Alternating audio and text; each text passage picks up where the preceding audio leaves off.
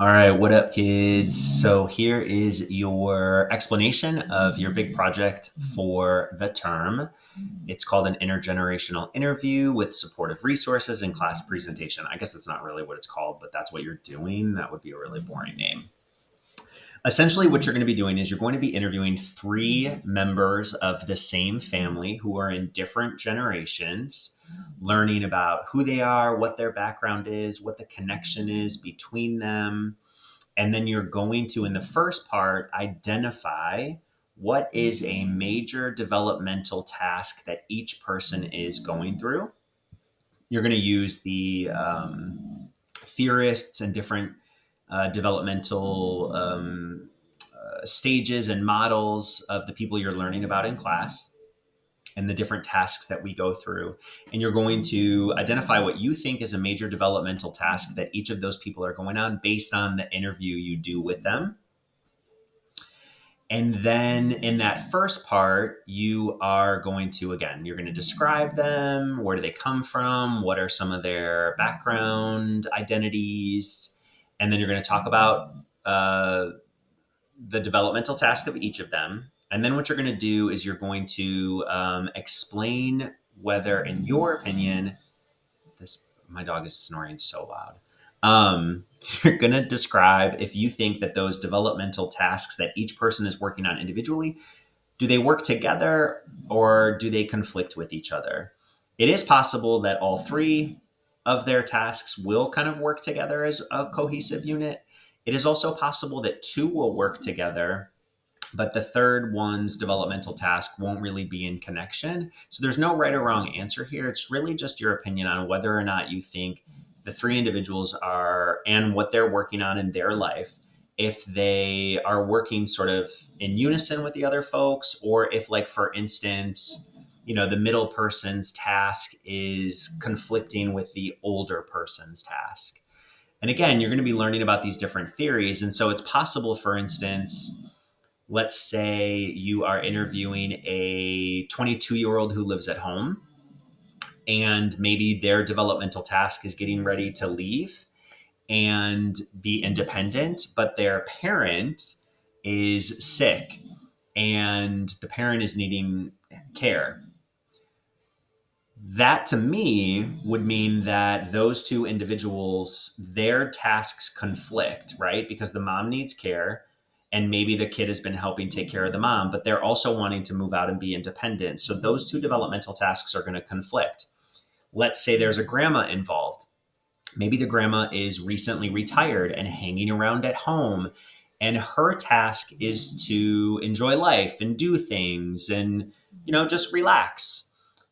I would say that the grandma and the mom, their tasks might go together, because now that the grandma is retired, she can help take care of the mom when before the kid was taking care of the mom, right? So how you would explain that instance is that the mom and the kid, their tasks conflict, but that the grandma and the mom, maybe their tasks kind of go together, and maybe not go together, but that they don't at least conflict, that they're congruent. The grandma can help the mom. So that's just kind of one example. You're going to figure it out on your own. Uh, you cannot do your own family because you are needing to be unbiased. Sorry, you need to be unbiased in this project. And so you can't be biased if you are doing your own family. And it's also really critical that you choose a family in which there are three generations of people. The youngest you could interview would probably be 15, I would say. So then you have, that is like very early young adulthood. Like 15 to 25, 30 would be one generation. 30 to 55 would be a second generation. And then 55 and older would be a third generation. If you have a family where there's a great grandparent alive and then a grandparent and then a parent, you could do that. You don't have to do a teenager, but you do need to make sure that all three individuals are in different generations. Even though, 60 and up, we call late adulthood. If you have a great grandparent who's 90 and then their child is like 65, that's far enough apart that you could definitely do that, even though they both kind of fall into like the old person category. They have to be three different generations because you want to be reflecting on sort of how everybody's stage of life connects and competes with each other. Okay, so this is the full assignment description. In part one, aside from the interview and identifying the developmental tasks and explaining, how those developmental tasks connect to the family, you are under number 4, reading this article and looking up other additional resources, this article and other additional resources to make your argument on whether or not you think the family is congruent or not congruent. Are they very congruent? Are they somewhat congruent? Are they not congruent at all? And then you're going to justify your position and talk about sort of what you think that means. And again, no right or wrong answer there, but I really want you to be critical about those 3 separate developmental tasks and thinking about, is the family congruent, not congruent, very congruent, not congruent at all? Why you think that is, and what does that mean for the family? Okay. This first part, I believe, should be around 8 to 10 pages. It needs to be properly edited and essayed. If you don't know how to do that, you need to get support. You will fail this project if you are not writing and editing properly. This is a proper essay paper. My recommendation is that you break it up into 2 parts, part 1 and part 2. You do, 1 essay for part 1, and then for part 2, you can do the second essay. But eventually they're going to come together to be more of like a, I'd say 15-page paper. Well, maybe 10 to 12, 15-page paper. It's a big paper, but again, you have the 2 parts. First part is due end of week 6. So that's the interview. What are the tasks? Do the tasks conflict or do they go together? Is the family congruent or not? Why do you think that is? And what are the implications of that? For part 2, what you're going to do is, based on each person's developmental task, you are going to find 3 resources that support them. It could be a local, could be a state, it could be a national, it could be anything really. You're going to find 3 resources for each individual. And then out of those 9, because every one has 3, 3, 6, 9, out of those 9, you're going to pick one of the 9 to go into full depth about how it would help that person. You're going to briefly describe all of them, maybe 1 paragraph. This is one resource I found for grandma, and this is why it would be helpful. This is a second resource for grandma and why it would be helpful. And this is the third resource for grandma and why it would be helpful. You're also going to do that for the mom. You're going to do that for the kid. And again, this is just an example. And then if you want to, maybe you really want to talk about one of those resources for grandma. And then you're going to do that in depth.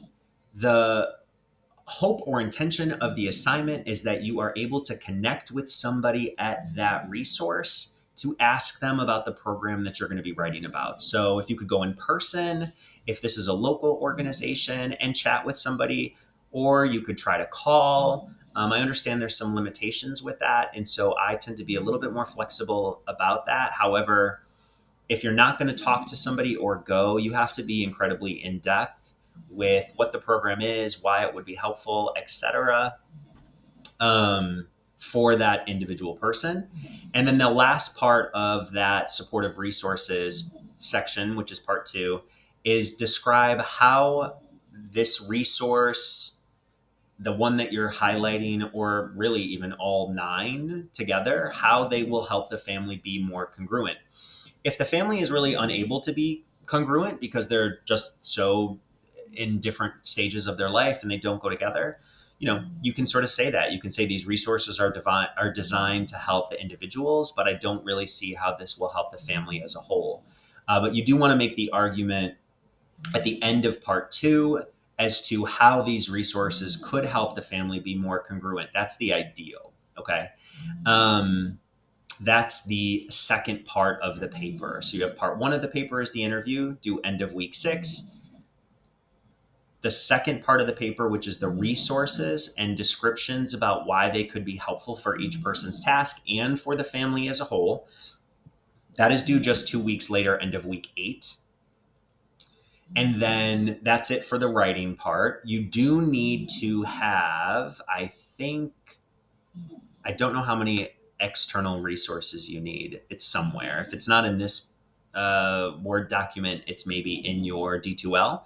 I would say you probably need at least 8 resources. And those are resources that are videos on emerging adulthood. It could be an article on healthcare for old people. The organizations that you're choosing for part 2, those do not count as your resources. So you need to pull in research. Again, an article about Freud, an article about Erickson and his developmental stages. You need to bring in those resources to make your arguments, and your research about developmental tasks and connections that the family has, to each other. That's the whole paper.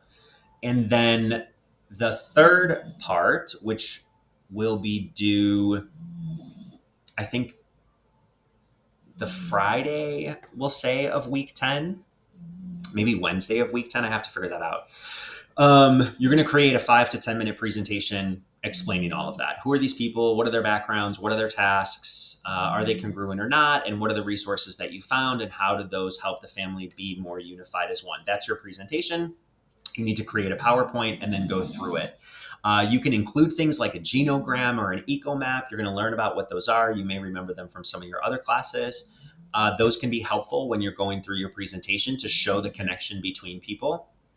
And then that is going to get uploaded to the class, and it will be your responsibility to watch 4 of your peers' presentations and comment on them for the remaining part of your grade for the project, which is why the project needs to be turned in, early week 10, because people need time to watch it. So we'll probably have it due, mid week 10. But the reality is once you're finished with the second part, you can start on that presentation right away. I will do my best to get you your final part of the writing grade as soon as possible after you turn it in. That way you can start on your project, because that's, an important part of it. So I know that's a lot. I can assure you it is much less overwhelming once you get started on it than it might seem or feel initially. It's really not that intense. It will all slowly start to come together as you're putting it together. The majority of my students who've done well and tried on this project say exactly that same thing, that when they were thinking about it in the beginning, it was like, oh my God, what the fuck is this? Sorry, what is this?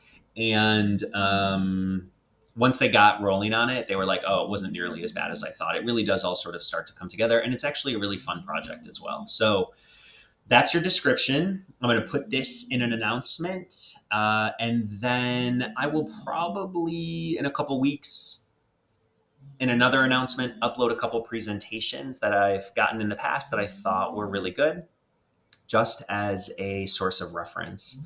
Not that you want to recreate anybody else's work, but just that you get an idea of sort of what's a really great presentation. Okay? So that is the presentation. That's the assignment. Those are the 2 parts of the writing. Again, end of week 6, end of week 8, and then midweek 10 are when everything is due. This is really a make or break assignment for the term. If you don't care, if you don't do it well, if you don't put in the effort, it probably could bring your grade down to solid grades. Okay, so there are no extensions on any of these parts under any circumstances, because you need to be able to move on to the next stages of them. So those deadlines are very strict, so that you can make sure that you're getting everything taken care of. My thought is, if you have a question about the project, please put it in the class cafe section of our discussion. That way other students can see your question and my answer to it.